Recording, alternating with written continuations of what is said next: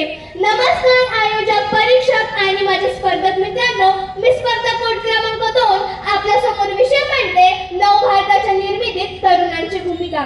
युवक म्हटल्यानंतर तुमच्या माझ्या डोळ्यासमोर उभा राहतो तो सळसळत्या रक्ताचा, धगधगत्या रक्ताचा युवक, ज्याच्यामध्ये इच्छाशक्ती असते, लाज मारेल तिथे पाणी काढण्याचं, ज्याच्यामध्ये धैर्य असतं, सामर्थ्य असतं, ज्याच्या खांद्यावरती उद्याच्या देशाची स्वप्न बघितली जातात, तो युवक.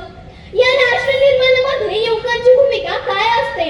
ज्याप्रमाणे गायविट्याचं सामर्थ्य त्याच्या पायांमध्ये असतं, ज्याप्रमाणे गरुडाचं सामर्थ्य त्याच्या पंखांमध्ये असतं, ज्याप्रमाणे वाघाचं आणि सिंहाचं सामर्थ्य त्याच्या नखांमध्ये असतं, दातांमध्ये असतं, आणि त्याचप्रमाणे या राष्ट्राचं सामर्थ्य त्या तिथल्या तरुणांमध्ये असतं. आज भारत हा जगातील सर्वात तरुण देशांपैकी एक आहे. आपल्या देशातील मोठा वर्ग हा युवकांचा आहे. म्हणूनच युवकांचा प्रत्येक निर्णय देशाच्या भविष्यावर परिणाम करतो. आर्थिक बिघाड तेव्हाच घडते जेव्हा एखाद्या व्यक्तीला खाण्यासाठी अधिक तोंडांपेक्षा अधिक हात काम करण्यासाठी उपलब्ध असतात. थोडक्यात सांगायचे तर कार्यरत वयाची लोकसंख्या ही अवलंबून असणाऱ्या लोकसंख्येपेक्षा मोठी असावी. तरुण मन अधिक सतेज आणि नाविन्य असेल जे देशाच्या प्रगतीत मदत करेल. परंतु राष्ट्राच्या उन्नतीसाठी तरुणांना त्यांच्या कल्पना आणि धोरणांचे प्रतिनिधित्व करण्यासाठी पुरेशी संधी दिली पाहिजे. स्वामी विवेकानंद म्हणतात, उठा, जागे व्हा आणि ध्येय प्राप्त होईपर्यंत थांबू नका. हे वाक्य प्रत्येक युवकासाठी प्रेरणादायी आहे. कारण युवक हे राष्ट्राचे वर्तमानच नाही तर भविष्यही आहे. युवकांनी सर्वप्रथम मतदानाचा हक्क बजावला पाहिजे. प्रत्येक मत देशाचे भविष्य ठरवते. दुसरे म्हणजे युवकांनी सामाजिक माध्यमांचा योग्य वापर करावा.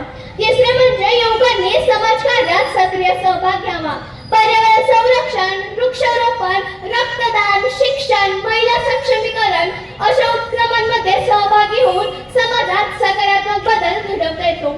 भारतीय संविधानाचे शिल्पकार भारतरत्न डॉक्टर बाबासाहेब आंबेडकर यांनी सांगितले आहे की संविधान कितीही चांगले असले तरी ते चालवणारी व्यक्ती चांगली पाहिजे. याचा अर्थ नवभारत यशस्वी होण्यासाठी चांगले नागरिक घडणे आवश्यक आहे आणि हे कार्य युवकच करू शकतो. इतिहासातही अनेक युवकांनी देशासाठी महान कार्य केले. शहीद भगतसिंह यांनी अवघ्या 13व्या वर्षी देशासाठी बलिदान दिले. आज आपल्याला देशासाठी प्राण देण्याची गरज नाही, पण प्रामाणिकपणे देश घडवण्याची गरज आहे. मित्रांनो, नवभारत यशस्वी होण्यासाठी प्रत्येक तरुणांनी संविधानाचा आदर करावा, नियमांचे पालन करावे, भ्रष्टाचाराला सामोरे जावे, जाती धर्मांच्या भिंती तोडून राष्ट्रीय एकात्मता वाढवावी आणि विज्ञाननिष्ठ विचार करावा. आज दिल्ली येथील जंतर मंतर कॉक्रोच अर्थात जेन झी यांनी केलेले आंदोलन हे नवभारताच्या निर्मितीतील एक आश्वासन पाऊल म्हणता येईल. युवक जागा, देश जागा, बदलाची ही वेळ आहे. युवक जागा, देश जागा, बदलाची ही वेळ आहे. ज्ञान, संस्कार, प्रामाणिकपणा भारताची खरी ताकद आहे.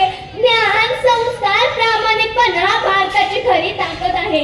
मत, विचार, कृती यांचा सुंदर मेळ घडू दे. मत, विचार, कृती यांचा सुंदर मेळ घडू दे. नवभारताच्या मंदिरात प्रत्येक नागरिक उभा राहू दे. नवभारताच्या मंदिरात प्रत्येक नागरिक उभा राहू दे. जुन्या रीतींना मागे सारून नव्या युगाची साथ आहे. जुन्या रीतींना मागे सारून नव्या युगाची साथ आहे. प्रत्येक हाताला काम देऊन उज्ज्वल देशाची साथ आहे. प्रगतीच्या या मार्गावरती नवी पालवी फुटू दे. प्रगतीच्या या मार्गावरती नवी पालवी फुटू दे. सत्याच्या या प्रकाशामध्ये नवा भारत घडू दे. ज्ञानाचा दीप उजळून अंधार सारी मिटूया. ज्ञानाचा दीप उजळून अंधार सारी मिटूया. एकजुटीच्या सामर्थ्याने नवा भारत घडूया. एकजुटीच्या सामर्थ्याने नवा भारत घडूया. नवा भारत घडूया.